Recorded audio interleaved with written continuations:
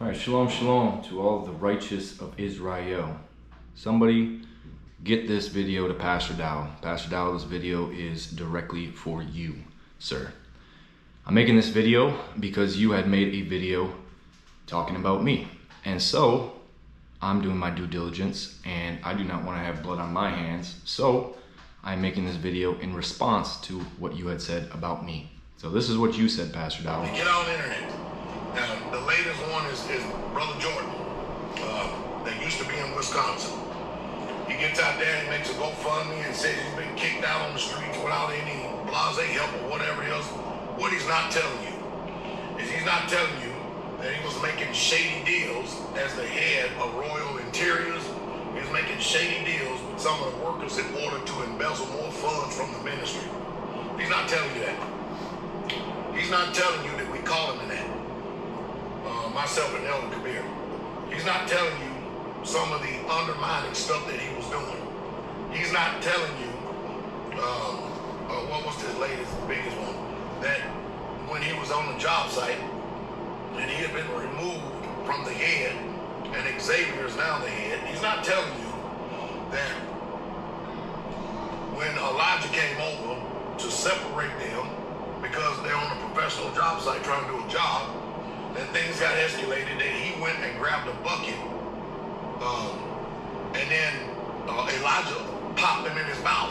He's not telling you all that. He's not telling you that he lives up there at Straightway Praiseland, and all the dishonor and disrespect that he is.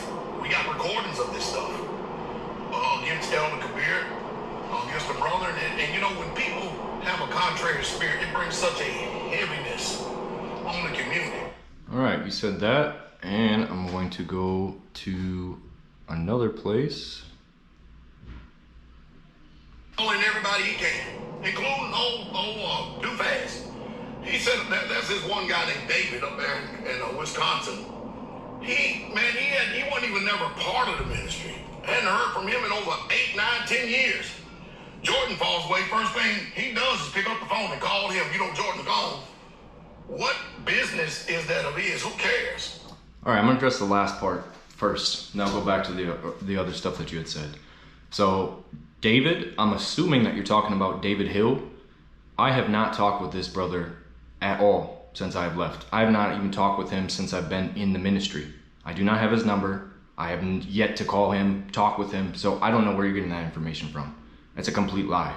I don't even know. Maybe you're talking about a different David. I don't know. I haven't talked with, I don't think, any David since I've left the ministry, besides Deacon David when he's asking about the phones that I still had, which I returned. As for the other stuff that you had brought up in the beginning, you had said that I was doing dirty deals and that I was embezzling funds from that community. And what I want to know is, what proof do you have of me doing that, sir? Because I have not embezzled any funds from that community that is up there. In fact, it's been the complete opposite, where I created a very prosperous business in the 4.5 years that I was over it. In fact, I even have text messages on my phone when I wanted to step down as being the head over Royal Interiors because of the manipulation that Kabir was doing. And that's the reason why I had messaged you about a month before I had gotten kicked out, is because I wanted to talk with you personally about the bullshit and the stuff that's going on at that community. And people might say, well, what kind of stuff did you want to talk about? Well, ask Erdem. He's down there. Ask him how he was treated there. Ask him about his testimony of how Praiseland was. Because we want to talk about this stuff, and there's absolutely zero proof. And the word says, thou shalt not bear false witness against thy neighbor. Okay? And so the reason why I'm bringing this video is I don't want to have blood on my hands, and that's why I'm bringing this video out. Because the only thing that I could possibly think of where you might have some proof is if Kabir fabricated stuff, because he does have a tendency to lie. And you don't believe that he has a tendency to lie? He just called my old boss who taught me how to plaster a couple days ago. And you know what he was saying to him?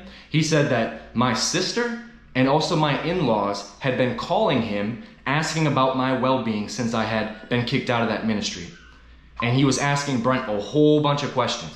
Where am I at? What am I doing for money? How did I get this vehicle? Stuff like that, under the guise that he's trying to give the information to these people who are concerned. So you know what I did the next day that I found out about that information? Because My old boss called me and told me that the next day, because Kabir called him at 11 o'clock at night, a working man at 11 o'clock at night, to ask him these questions. Why is Kabir worried about me? Why does he want to know what I'm doing? I'm not a part of the ministry. I'm not part of that community. So what does what I have to do with anything? But then he says that my sister called him. So I called my sister. My sister has been getting surgery on her sinuses, and she's been out for I don't know how many days, laying in bed trying to recover. I called my father-in-law, which I had personally seen about a week prior to this conversation that he had. And he's saying Kabir hasn't talked with him at all. So it's just flat out lies that Kabir is telling these people in order to gain information from me. And so the reason why I stepped down from Royal Interiors is because I got tired of the manipulation that Kabir was doing. And the reason why he was doing the manipulation on me was because of the fact that I didn't want to sign that covenant socialist slave doctrine that he wanted everybody to sign. And so because I didn't want to sign that, he started making my life extremely difficult. And out of his own mouth, and he should be able to testify this, and I have it on recording, that he said out of his own mouth, I was intentionally causing confusion within the business. Now we know that Yah is not the author of confusion. So what spirit is that that's causing confusion in the business that I'm running that's been profitable for the last 4.5 years? Do you realize that while I was over it, we grossed almost $1 million in the 4.5 years that I was there. It's over 900,000. It's pretty dang close to $1 million. We profited over $600,000 with that business. And you're gonna say that I'm doing dirty deals? You're gonna say that I'm embezzling funds? Where's the money at? Where's the proof? Now I would just put my bank statements out here and show all of you, but you guys probably wouldn't believe that either. You'd probably say, well, he's got a different bank account, or he's getting it this way. I'm not like you people. I'm not embezzling. So if you thinking that in your mind, maybe you're the one that's doing that. That's what I start thinking, because you said, Pastor Dowell, the people pointing the fingers, start looking at them. So when I'm being accused of stuff that I have not done, I'm start looking at the people who are accusing me, who are saying these things. The word says, thou shalt not bear false witness. It says in Sirach 11:7, it says, do not find fault before you investigate. Examine first and then criticize. In Sirach chapter 13:3-7, it says, a rich person does wrong and even adds insults. A poor person suffers wrong and must apologize. A rich person will exploit you if you can be of use to him. But if you are in need, he will abandon you. If you own something, he will live with you and he will drain your resources without a qualm. When he needs you, he will deceive you and will smile at you and encourage you. He will speak to you kindly and say, what do you need? He will embrace you with his delicacies until he has drained you 2 or 3 times, and finally he will laugh at you. Should he see you afterwards, he will pass you by and shake his head at you. Sirach, same chapter 13, verse 18-24, says, what peace is there between a hyena and a dog, and what peace between the rich and the poor?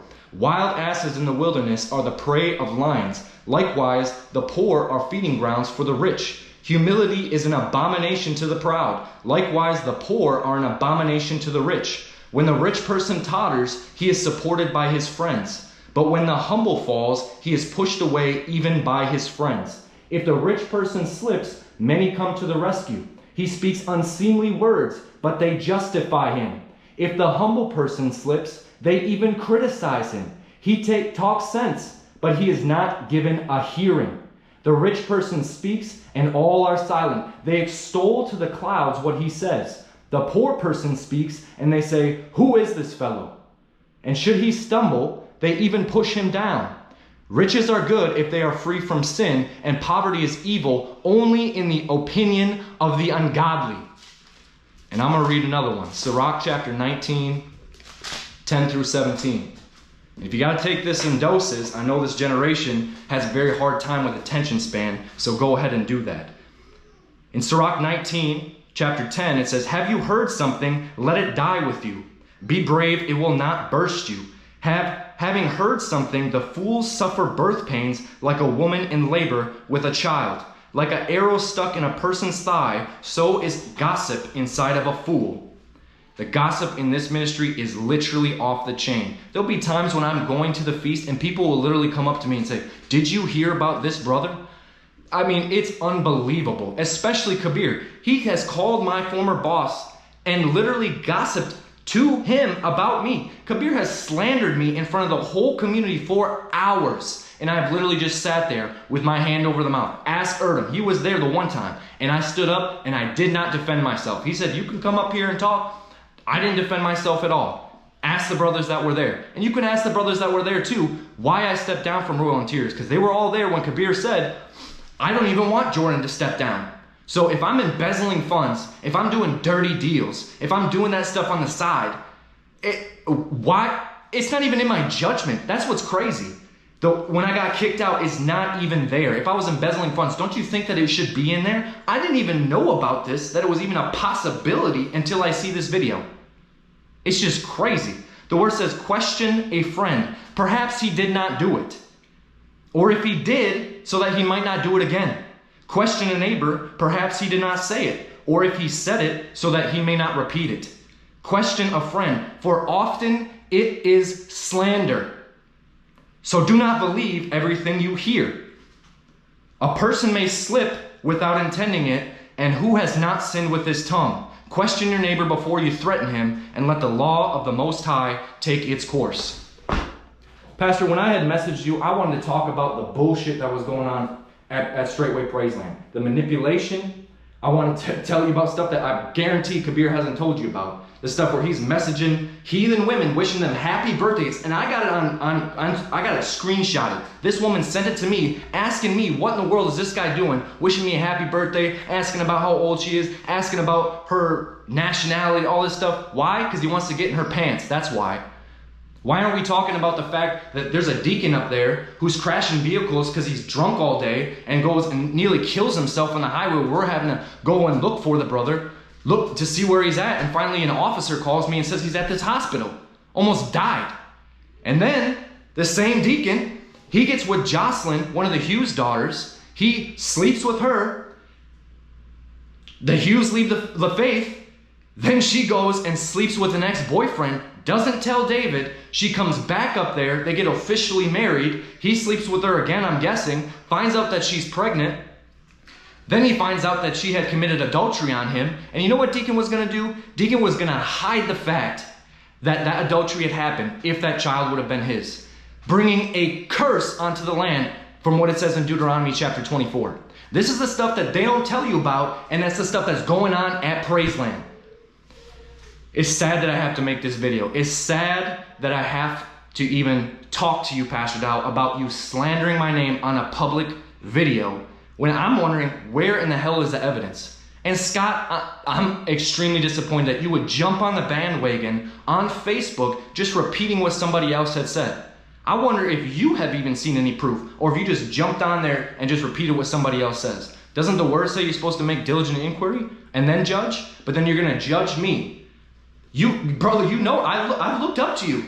You've seen my work ethic. You've seen what I was doing. When I was first living at Kabir's place, I was working from 5 o'clock in the morning until 11 o'clock at night. Because we'd work for Brent Rower. As soon as we got done, we'd go work at Walmart. And I asked Kabir if I could leave working for Walmart, and he told me no. And what it says in the covenant is that your work is voluntary, right? That's what it says. But then when I want to try to say that I'm sick because I went from 175 pounds down to 150 pounds, I still am forced to go to work. So the covenant is bullshit. And the fact that they would even use manipulation tactics to get me to sign it when it says that you did not sign it under coercion or duress is bullshit.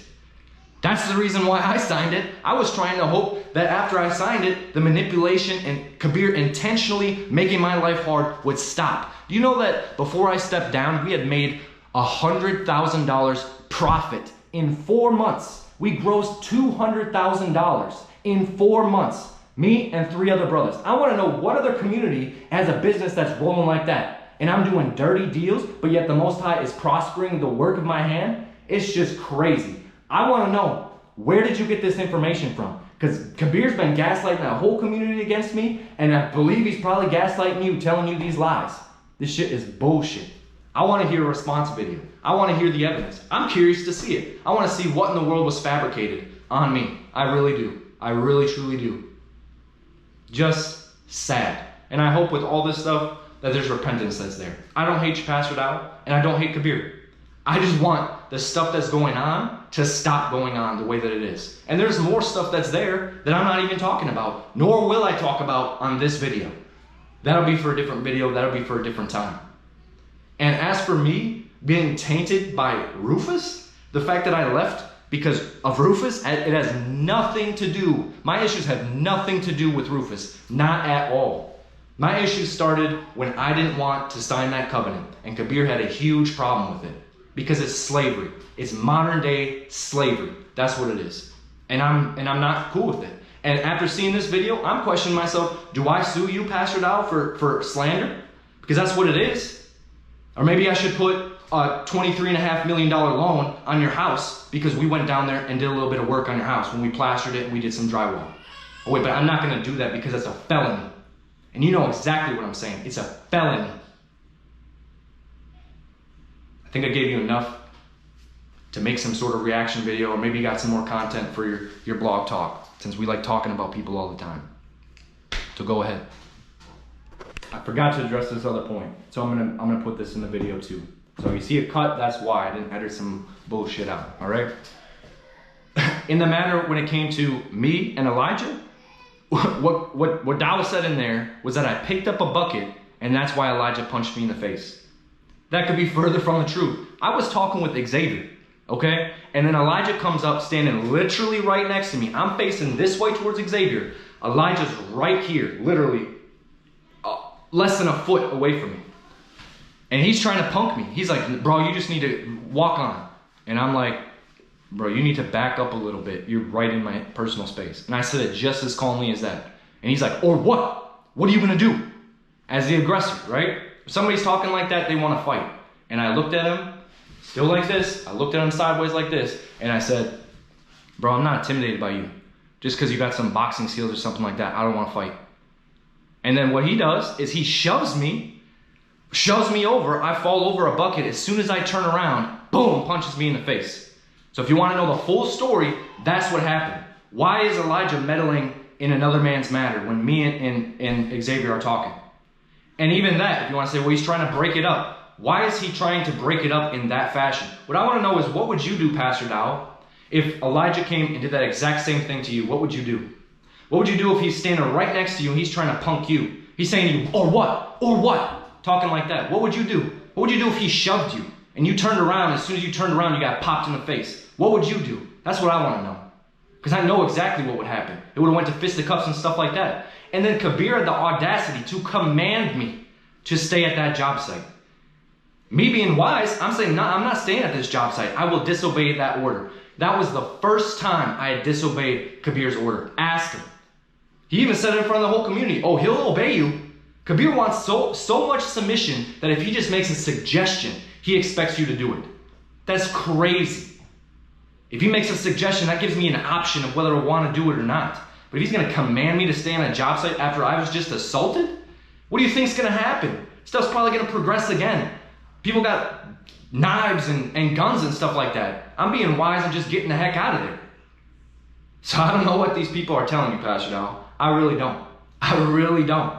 But you're hearing one side of the story, even though you claim and you say, go hear the other side of the story. But when people start going and listening to the other side of the story, when it's concerning you, or when it's concerning somebody that you've already made a judgment against, you don't want them to do that. But when somebody's talking about you, you want them to hear your side of the story. You don't want them just to go off of that one side of the story. You even have it up still on the Straightway website when it's talking about manipulation and witchcraft, and it says in there, do not allow yourself to be manipulated. If somebody's telling you something, you need to go back and get the other side of the story. And I can put that up there. Put it on Facebook if you want me to put it on Facebook.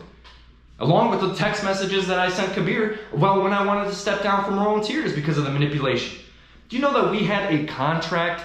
It wasn't a contract, but we had an agreement with Tycor, which is a what do you call them? They're a developing company, right? So they make hundreds of houses a year. In 4 years' time, they were going to build 700 houses. For us, that's like almost $3 million worth of profit that we would have been able to have by working with that company. And because of the shit that Kabir was doing, by causing all this confusion within the business, and I'm having to play cleanup on a daily basis, I'm having to call an Uber and go and do the job by myself in order to get the job accomplished because they told us no more deadlines. This is the stuff that he doesn't tell you about.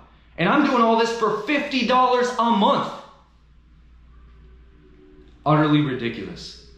Utterly ridiculous. I hope repentance comes from this shit.